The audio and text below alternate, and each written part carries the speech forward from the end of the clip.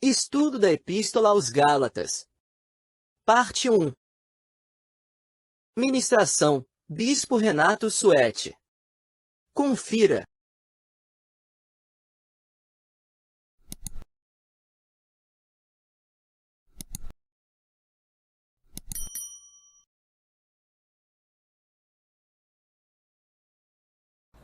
Olá, queridos, tudo bem?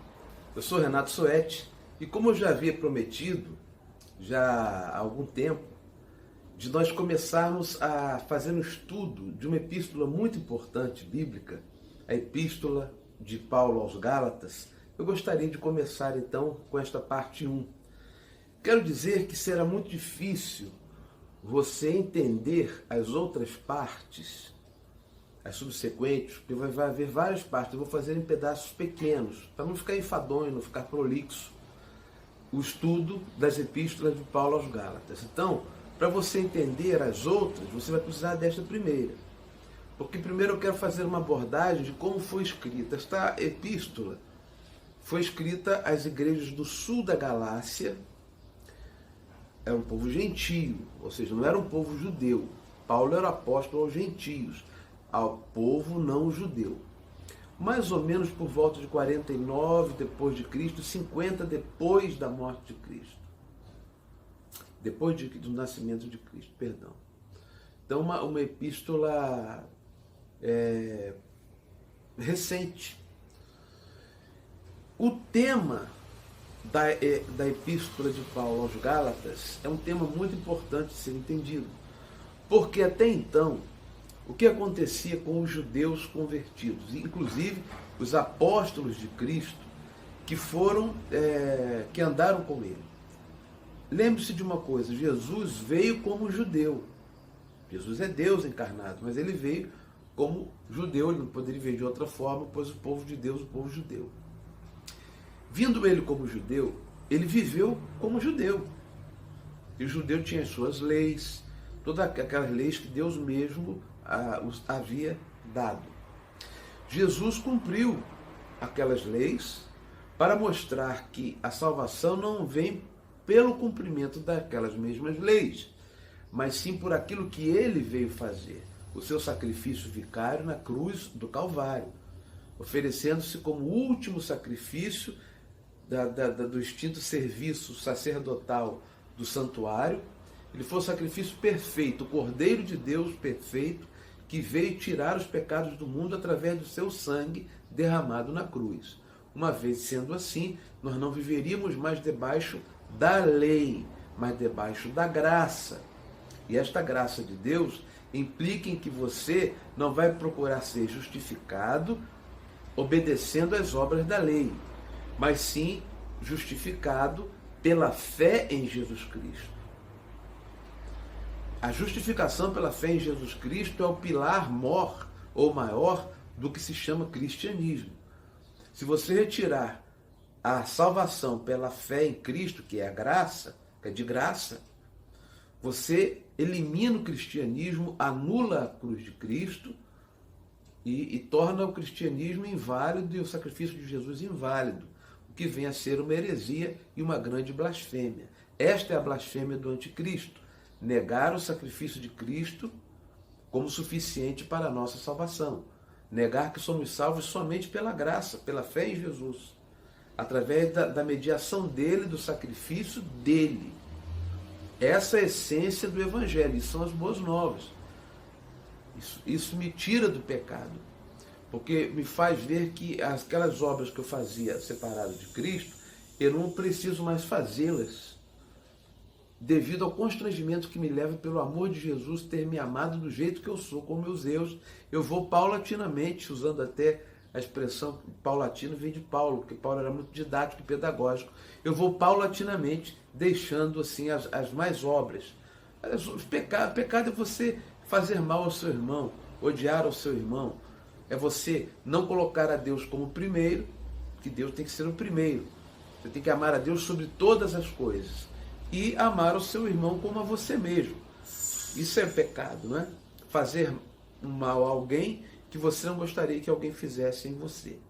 Bom, posto isso, Paulo recebe a revelação de Jesus Cristo ressuscitado e vai levar este evangelho aos gentios. Jesus revela a Paulo: olha, eu não vim somente para os judeus. Ele já havia preconizado isso, Jesus Cristo. Ele disse: muitos virão do Oriente, do Ocidente, e sentarão à mesa com Abraão. Mas Paulo vem trazer isso de maneira mais efetiva, pedagógica, com a sabedoria que Deus lhe deu. Então, os Gálatas receberam este evangelho que Paulo trouxe, o verdadeiro evangelho de Cristo. Só que aqueles apóstolos e aqueles judeus que se converteram a Cristo, eles entendiam de outra forma. Primeiro, eles tinham dúvida se a salvação veio para os gentios. Eles achavam que a salvação, mesmo em Jesus, só veio para o judeu. Segundo, se a salvação pudesse vir para os gentios, parava esta grande dúvida entre os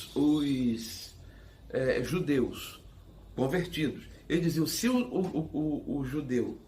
o gentio, que não é judeu, pode ser convertido, então primeiro ele tem que ser judeu, ou judaizar-se, ou tornar-se um prosélito, passar pelo rito da circuncisão, se judaizar, para depois, uma vez convertido e crendo em Jesus, ser salvo. Paulo dizia: não, absolutamente não.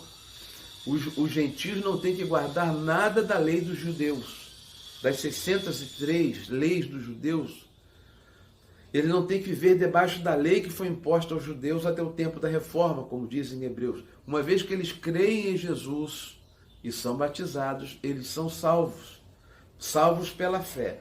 Isto trouxe tamanha polêmica que levou a igreja a ter um concílio, Nicéia, etc. e tal. E Paulo foi lá com Barnabé, até que Tiago, tomando a palavra após ouvir a Pedro, disse que realmente aos gentios eles deveriam apenas guardar-se da carne de animais sufocados, das relações sexuais ilícitas, do sangue dos animais, não da carne, do sangue de animais sufocados, e fazendo isso e crendo em Jesus, eles teriam direito à salvação. Isso foi uma polêmica imensa. Estou falando assim é fácil, mas porque Paulo não era considerado um apóstolo. Isso nós podemos ver aqui no início, eu acabei desmarcando aqui, da epístola mesmo aos Gálatas. Que Deus abençoe a leitura da sua palavra e que o Espírito Santo nos dê discernimento para entendê-la. Em Gálatas 1:1, Paulo escreve assim, olha, vamos bem devagar entender esta epístola, porque ela é fundamental para a sua salvação e para a sua sobrevivência com alegria no cristianismo. Pois nós vemos muitos cristãos tristes, o que não se coaduna com o cristianismo. Cristãos doentes, porque não têm certeza da salvação, porque não conhecem este evangelho. Paulo estava bravo mesmo com os Gálatas, porque os Gálatas receberam o evangelho da graça por ele, e depois vieram os judeus, dizendo: não, vocês têm que se judaizar primeiro, para depois poderem ser salvos, mesmo tendo crido em Jesus. Quer dizer, eles acrescentavam algo mais. Todo herege, toda seita, ela acrescenta algo além do crer em Jesus. A Bíblia diz: crê no Senhor Jesus e será salvo, tu e tua casa. A Bíblia é categórica e enfática, e lacônica até. A Bíblia diz, Jesus disse: quem crer e for batizado será salvo. Acabou. Mas as religiões heréticas, as seitas, elas colocam: não, você tem que crer em Jesus, mas também você tem que obedecer isso, obedecer às leis, guardar dias, etc. e tal. Tudo isso é heresia. Porque para ser salvo, não. É óbvio que o salvo vai apresentar frutos da sua salvação. Mas nenhuma lei, nenhuma ordenança de igreja, nem de ninguém, nem de homens, pode sobrepujar, pode estar na frente ou sequer ao lado desta palavra de Jesus. Quem crer em Jesus Cristo será salvo, pela graça.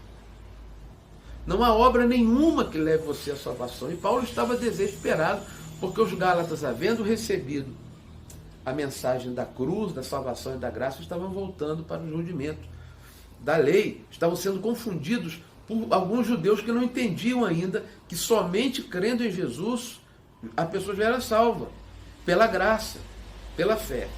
Então Paulo começa a epístola 1:1 em Gálatas, dizendo assim, olha, veja que aqui já temos uma revelação.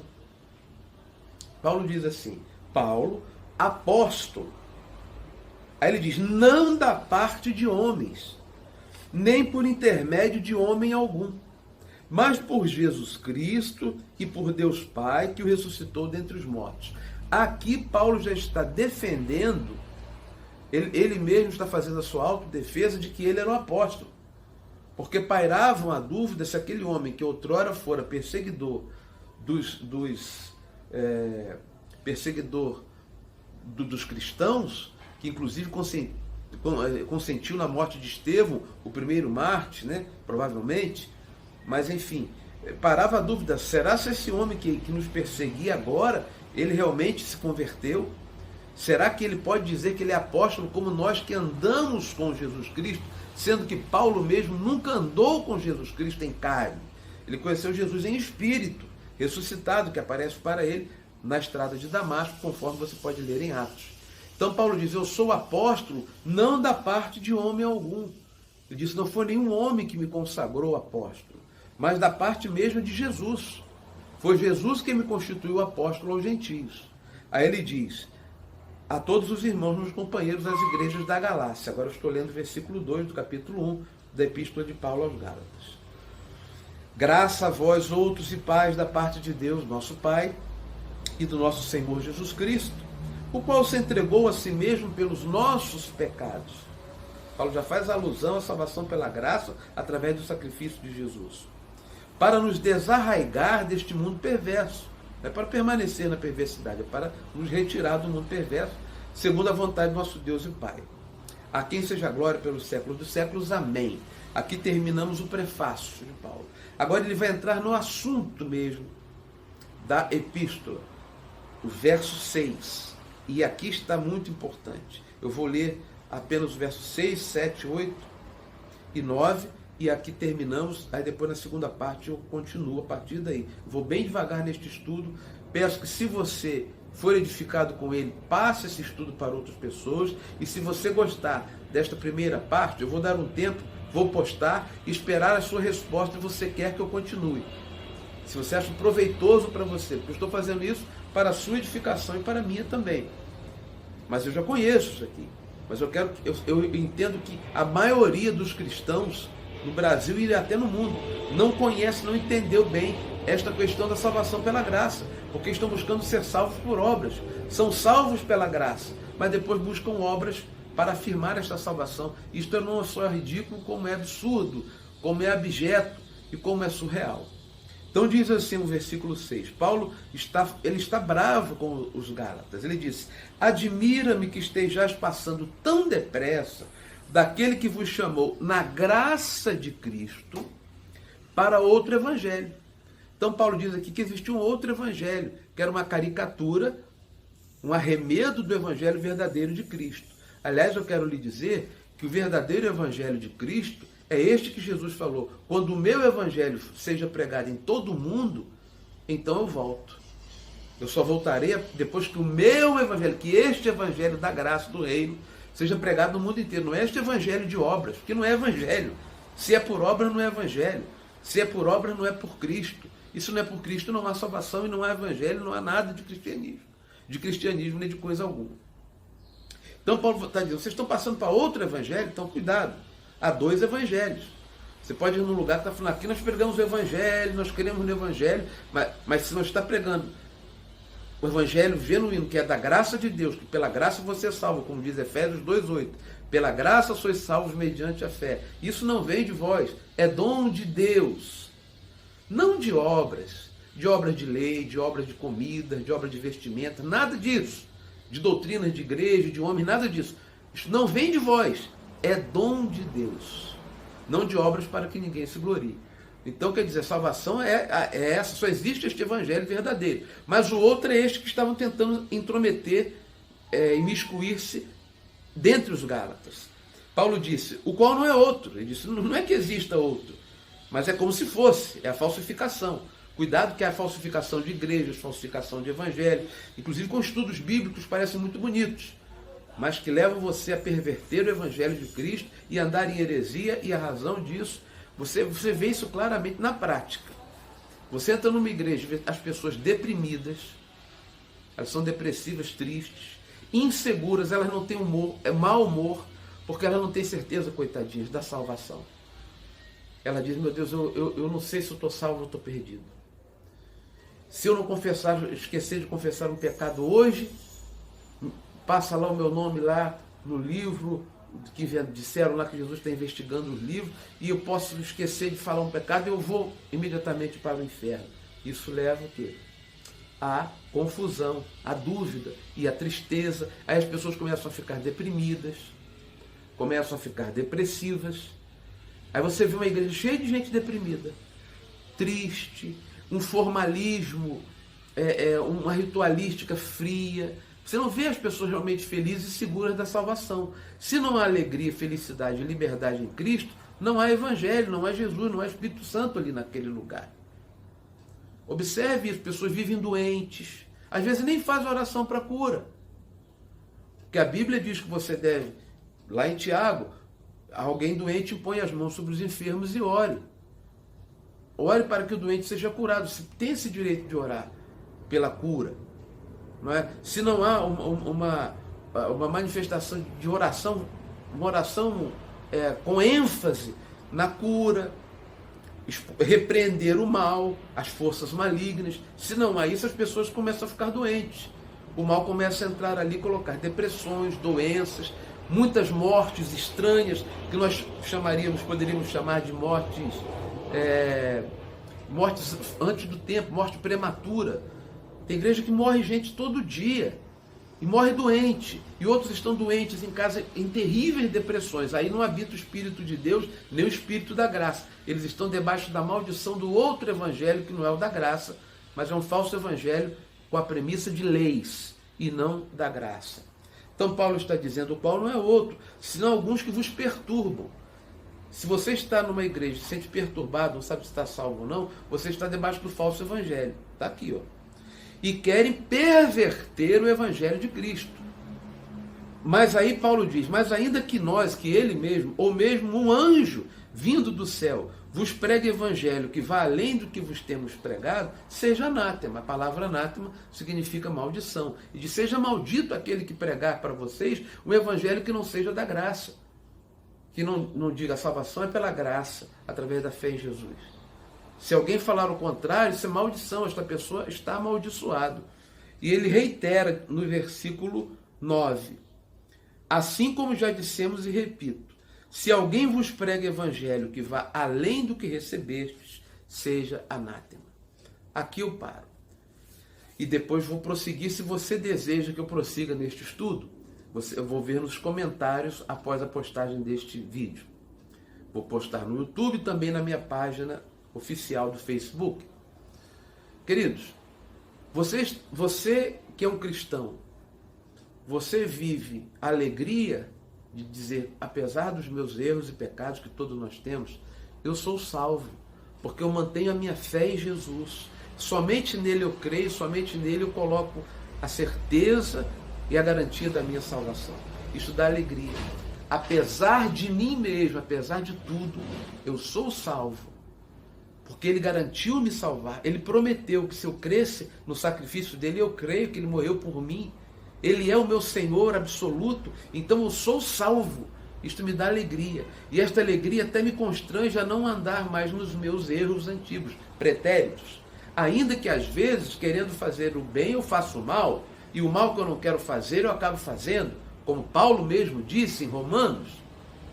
O mal que eu quero fazer, eu não faço. O bem que eu quero fazer, o mal que eu quero fazer, que eu não quero fazer, eu faço. E o bem que eu quero fazer, eu não faço. Há essa dicotomia, há essa tensão no ser humano.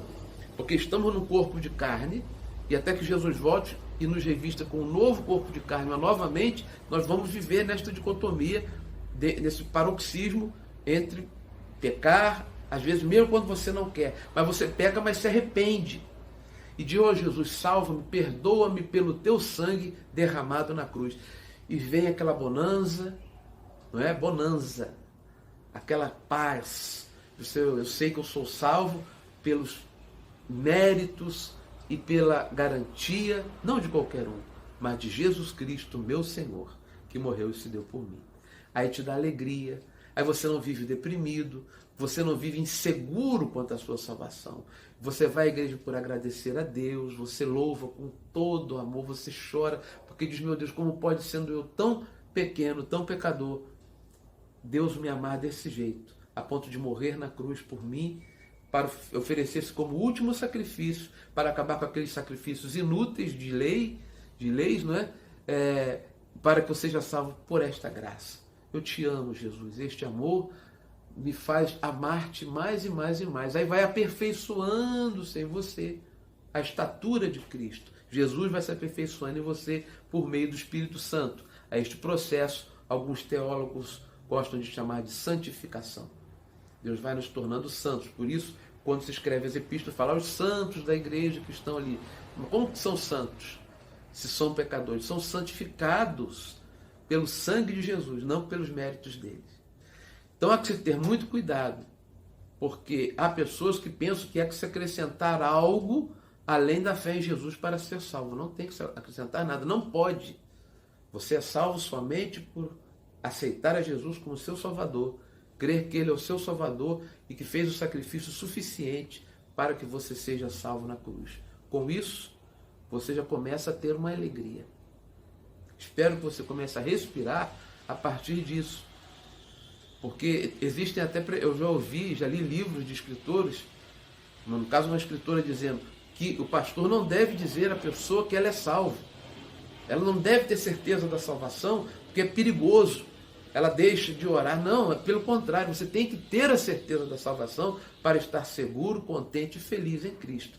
Porque se for para você ser um cristão triste, perturbado, doente, depressivo, deprimido, melhor então seria nem ser cristão. Aqui eu termino esta parte, que Deus nos abençoe, ó Deus, e que esta palavra possa chegar a muitos corações e começar a fazer uma obra que só tu podes fazer, a obra da regeneração e do conhecimento da salvação pela graça, porque pela graça que somos salvos, através da fé em ti, Jesus. Ensina-nos esta verdade no fundo do nosso coração e sela em nós, em nome de Jesus. Amém. E graças a Deus. Que Deus o abençoe. Eu sou Renato Suete e até a próxima oportunidade, quando estaremos na parte 2 do estudo da Epístola de Paulo aos Gálatas. Até lá e um grande e forte e afetuoso abraço do Renato Suete. Até lá.